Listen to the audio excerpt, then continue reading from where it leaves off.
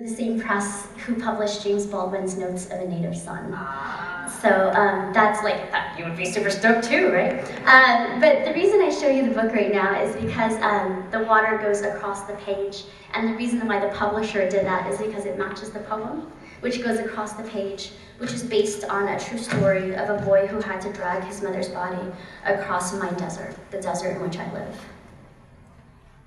For want of water, an ant will drown himself, his body submerging into ease, his mandible, head, antennae baptized.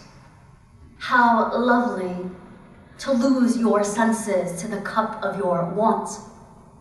A boy drags his mother's body across the desert, her fluids rising to heaven in order to quench her skin. How divine her body must have looked, clutched at the ankles, her arms reaching out in exultation, her head stippled in rings of sand and blood as he walked with her, slowly, her fallen and moving shape the fork of a divining rod, her body shaking with each of his steps, and for water, shaking to find that deep and secret tributary. I have dreams of letting go of water, of waking my lover to a bed of my urine, as my brother did to me, his thin limbs shaking to discover the shame of his inside self. And what did we know that to have an inside wet enough to free was luxury?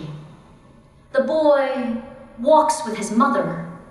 He is only 13, the age I learned to stroke on the toilet the blood off my fingers, and he cannot cry, because the cry would mean the waste of his own wetness. To cry would mean to stop, to think, to differentiate the liquids moving down his face. To cry would mean to cry. So he goes on, and this is a common story. The boy is not a boy now, but every boy we have ever known. People find him. They help him to lift his mother onto their hands, their necks. They lift her to their own dark and desperate dryness. And they make it. Yes, when they make it over the border to a mall parking lot, they lay her down. They fall with her body as a clump of bodies behind a city dumpster. And people make calls from behind windows, not to the immigrants with the dying core, but to the police, who come with their handcuffs and call her dead. No, to call would be to give her life a name. Roundness where there are now only angles.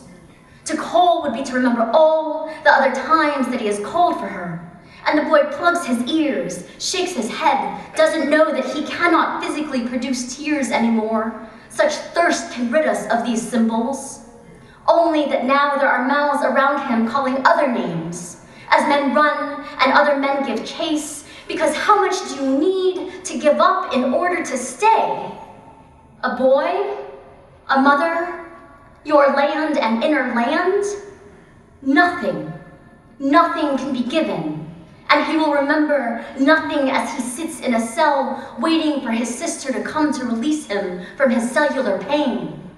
He will only remember water, that want for the clouds to let go their rain, and how seeing them dropping, he kept pulling forward, their bodies steady towards that dark, uneven line. Thank you.